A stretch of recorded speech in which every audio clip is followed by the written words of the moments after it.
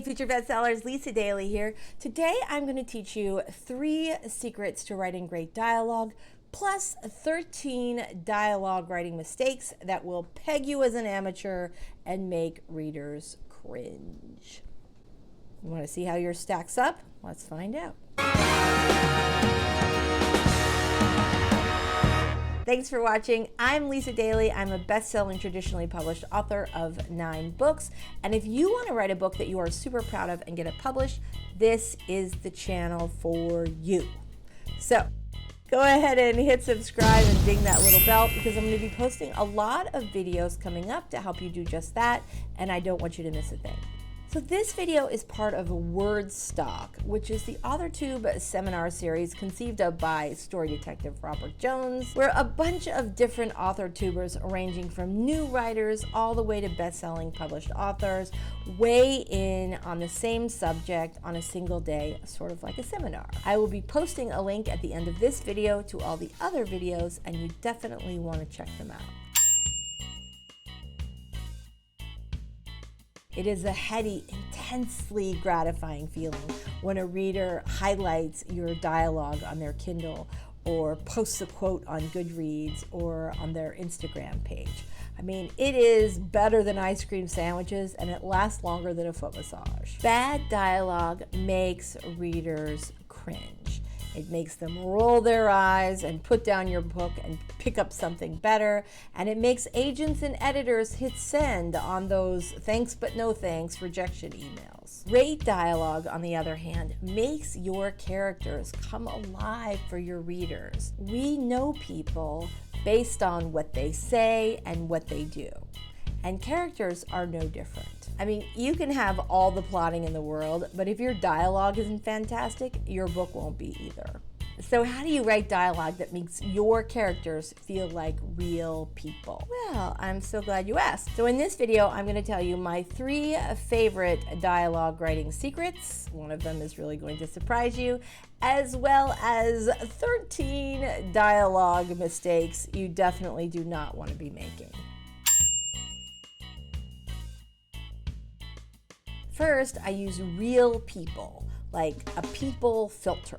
Whenever I'm writing a character's dialogue, I try to cast the characters with people I know, have interviewed, have run into at the airport, or have studied extensively.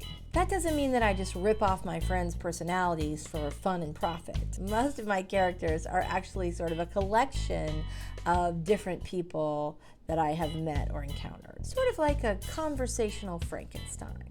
If my character is an ambitious woman with a big job who tells it like it is, I think, does she say incredibly insightful things after carefully weighing her language so that she can deliver it in the way that it can best be heard by the recipient? Then I use the Lisa McLeod filter. How would Lisa say this? Would she ever say this? What would she be doing while she said it? What would her face look like before, after, and during delivering the news? Is my ambitious female character smart and insightful, but she just blurts out whatever comes to her head because she thinks you need to know it right now?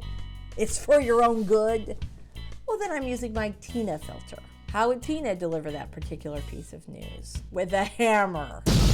And sometimes my character is Lisa at work, but Tina at home. Where did my character go to college? Is she like my friend who is whip smart and I knew her for like 3 years before I ever found out where she went to school? Or is she like that guy that I met at a cocktail party like 10 years ago who literally said he went to Harvard 13 times in a 20-minute conversation? Our first conversation, which was also our last conversation.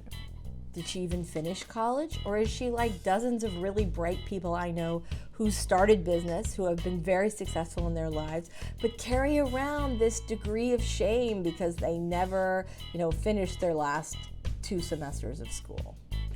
I listen to people at restaurants, at the beach, in the line, at the DMV, at the grocery store, when they're fighting with their spouses or their kids, how they speak, what their mannerisms are.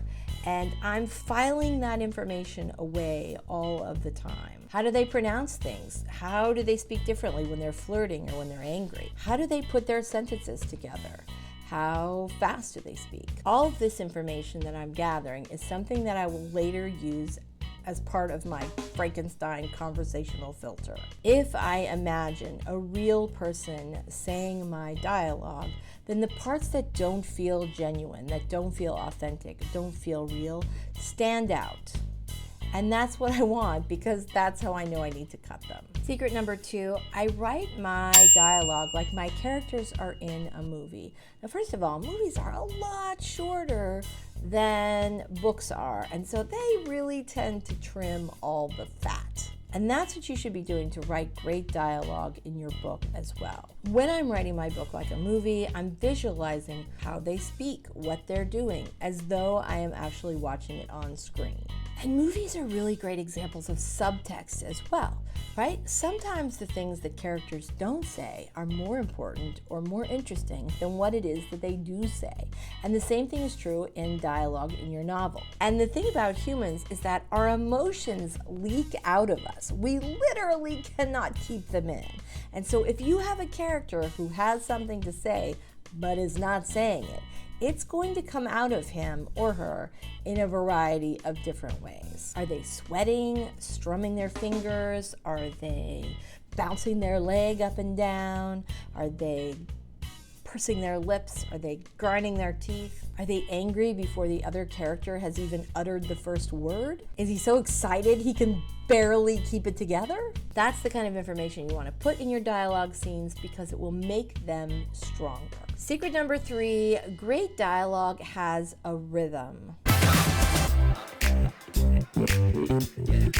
It's like music. So to see an example of this, read out loud a Sandra Boynton book or a Dr. Seuss book. Now, I'm talking about the real Dr. Seuss, not all that crap they put out after he died.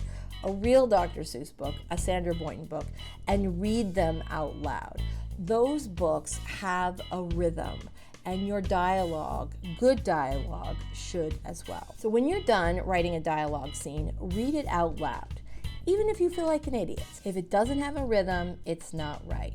Tweak it and read it again. Okay, now that I've told you my big Frankenstein secret for writing dialogue and making it feel authentic, I want to tell you about the 13 horrible, terrible, awful dialogue mistakes that new writers in particular tend to make. These are the dialogue killing mistakes that readers, editors, and agents hate. Number 1, every character screeches, chortles, or sneers. Too many over-the-top dialogue tags lose their power and are the mark of an amateur. Your dialogue tags should be said, unless they really shouldn't. And if you can get away with using no dialogue tags, even better. If you just have that conversation going rat-a-tat-a-tat-a-tat-tat, you can throw in a little said every once in a while just to make sure you keep the reader on track. But less is more. The other thing I really like to do is pair dialogue with action. And so instead of saying, said Robert, you can have Robert doing something. And so the reader knows it's Robert, but you don't have to say, said Robert. And I know a lot of you are thinking, but I don't want to say said 783 times in my novel because my readers will get bored. Well, the truth is, readers don't even notice it. It actually just disappears. So if you have to use anything, use said, unless you really need to get something across. But it should be few and far between. And the great thing about using said or no dialogue tags or using action instead of a tag is that when you do use screeches or chortles or screams or laughs, there will be more power to it and it'll actually stand out to the reader. Number 2, your characters stop everything to talk. Nobody does that unless somebody says, put down that burrito, Frank. I'm trying to have a conversation with you. At which point you know somebody's dying, somebody wants a divorce, or that alien invasion is definitely happening. Mistake number 3, you try to write all the dialogue for a certain character in a dialect or accent. This was something that was super common several decades ago, and now it comes off as just hacky writing at best and prejudice at worst. So try to avoid this one. If your character has an accent that you want to communicate to the audience, try using just one or two sort of signature words that the character always uses. In my book, Single-Minded, the male lead character has a southern accent. He's a chef from New Orleans. And so I just sprinkled in a little bit of that southern drawl because, but not all the time. It's not all sweet tea and crawfish, okay? I chose a couple of words that I used to sort of help create that character. What you don't want is for your dialect to become a distraction to the reader. Number 4, nobody in Victorian England ever said sleazeball or buffalo wing. If you are writing period fiction, you must get the dialogue right. If you don't, people will definitely call you out on that. If you're in doubt about when a word was first used, you can always look it up on Merriam-Webster. They have an awesome little feature called Time Traveler, so not only can you find out when sleazeball and buffalo wing were first used, you can also find out what words were used in 1871 or 1643 or whatever time period you are writing about. And one final tip on this, I actually do not write period fiction, but I have a really good friend who does, and she often reads contemporary fiction from the time period she's writing in so that she can get a better handle on how people speak. Number 5, your character has amnesia. Nobody in the real world ever says, "Hey Grandpa, how long have we been related?" Find some other way to crowbar in your details. Number 6, you keep all the boring stuff because it's real. Fiction is entertainment, and your reader is not paying to read all the ums, ahs, and news about the weather unless you're writing a hurricane thriller. Your dialogue has a job, and it's to move the plot forward. Number 7, your characters sound alike. Just like in real life, not everybody in your book can be a wisecracking smartass. First, it's really hard for your readers to tell your characters apart if everybody sounds the same. Go back, do not pass go, use the Frankenstein filter next time. Number 8, your dialogue has no purpose. Dialogue should move the plot forward, period. It can be a reveal, it can be a method of delivering backstory, it can be something that makes the climax more exciting and interesting, it can be a reaction, but it can never be page filler. If it doesn't move the story forward, cut it. Number 9, your dialogue doesn't add anything to your character. Remember, we know people based on what they say and what they do.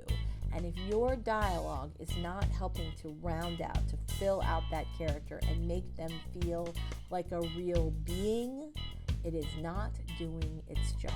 Number 10, your character talks to the president the same way he talks to his wife.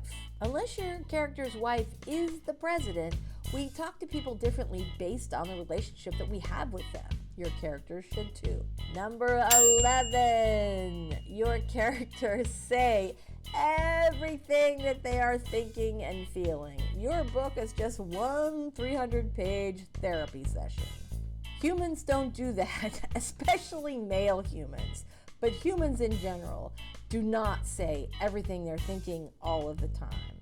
Unless your character has some medical condition or personality trait that makes them do that, but not every character can do that.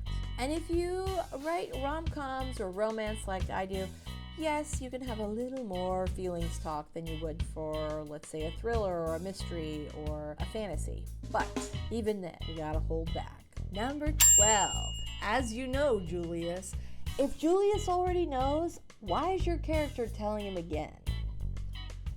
And number 13, your characters are filibustering. Blocks and blocks of dialogue are as boring to read through as they are to sit through at Thanksgiving dinner.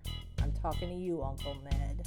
Even if your character actually is filibustering, break it up. And obviously this might seem counterintuitive. In a video about writing dialogue, massive amounts of dialogue can slow the story down. Use shorter sentences interrupted by action, and make sure there's a reason for every single word your character says. Thank you so much for watching today. If you have any questions, be sure to let me know in the comments section below, and I will definitely answer you down there, or I will cover them in a future video. If you want to write a novel that you are super proud of and get it published, be sure to hit that subscribe button and ding that little bell, because I have a lot of videos coming up to help you do just that. And of course, I do not want you to miss a thing.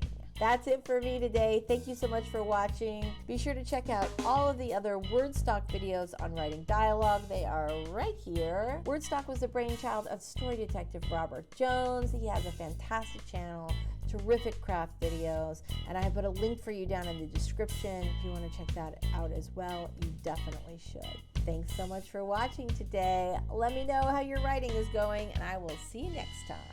Bye.